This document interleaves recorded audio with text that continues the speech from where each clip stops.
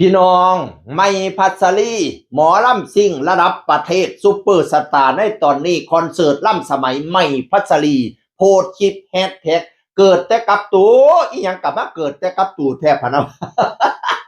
กำลังขี่รถตู้สิไปแสดงพี่น้องเอ้ยบัดนี้เพิ่นก็จอดอะไรทำไมเนาะบัดนี้สิมาสตาร์ทอันรถตู้แหมสิเดินทางไปแสดงแหมสตาร์ทจังไดก็บ่ติดหมุนจังไดก็บ่ติดเป็นนำอีหยังล่ะบัดที่เนี่ยนะไปเอิ้นสร้างมาเบิ่งแบตก็ดีหม้อน้ำก็ดีระบบไฟก็ดีไม่มีปัญหาอะไรทำไมจักอย่างสตาร์ทจังไดก็บ่ติดพี่น้องเอาสิเฝ้าไปแสดงกับปานนั้นเฝ้าน้ำเวลาพี่น้องก็เลยจำเป็นต้องขนเข้าขนของขึ้นรถเก๋งคันน้อยๆของลูกน้องงัดกันไปปัดกันไปปั่นปากกระป๋องพี่น้องของเราแห่งหลายสุดเราแห่งหลายเนาะสุดเพชรสุดเซ็กซี่เหลี่ยมยุบยับพี่น้องรถตู้ไปบ่ได้เกิดแต่กับตู่อีหยังมันก็เกิดแต่กับตู่แต่มื้อคืนนี่คือกันเพราะว่านอนรีสอร์ทก็บ่แม่นรีสอร์ทธรรมดาราคาพันกว่าพุ่นราคารีสอร์ทราคาเป็นพันพุ่นห้องน้ำไปงูไปอยู่ในห้องน้ำพะนะว่านั่นน่ะงูไปอยู่ในอ่างโอ้ยใครแน่แต่บ่ได้นอนแช่อ่างถ้าเป็นนอนแช่อ่างมันงูตอดหินกูว่าซั่น เป็นงูตอดกี่กูว่าซั่น โอ้ยเราแห่งเว้าเป็นตาอยากหัวเนาะห้องน้ำอันรีสอร์ทก็บ่แม่นราคาถูกๆซ้ำมันคือเกิดแต่กับตู่แท้อีหยังคือเกิดแต่กับตู่แท้มื้อนี้ขึ้นรถตู้สตาร์ทจังไดก็บ่ติดศูนย์หลายพี่น้องก็เลยได้ขนของขึ้นรถเก๋งลูกน้องแล้วก็พากันเดินทางไปบ่ทันใดอ้าว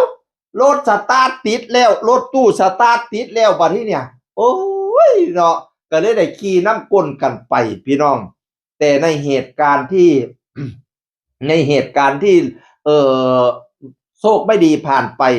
บัดนี้เนี่ยเป็นอัศจรรย์เด็กก็ยังว่ารถสตาร์ทบ่ติดจักเที่ยผู้จัดการตุกติกน้อยแฟนเราก็เลยจัดการห้าน้อยไปเลยจัดการซื้อห้าน้อยไปเลย น้อยบ่ทันโดนแล้วผันว่าโพสต์ว่าตุกติกน้อยโชคดีได้ห้าน้อยเป็นแสนพะนะว่านั่นน่ะซื้อเลขทะเบียนรถเพิ่นน่ะได้เป็นแสนห้าน้อยน่ะป๊าดแสดงว่า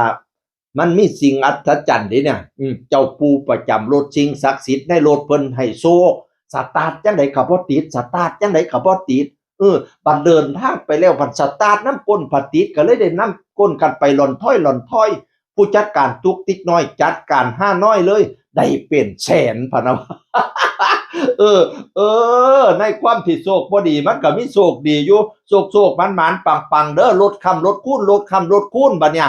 เพิ่นสิพาเจ้าหุงเฮียงเลี้ยงเหลี่ยมเพิ่นสิพาเจ้าเจริญเบิ่งเพิ่นให้ดีๆรักษาเพิ่นไปดีๆโอ้ยคำคูณโชคดีมันยืนเด้อเป็นกำลังใจให้หมอลำสมัยใหม่พัชรีอะไรก็เกิดแต่กับตู่ เสียงอื่นคนเก่าเว้าสู่ฟังสวัสดีครับ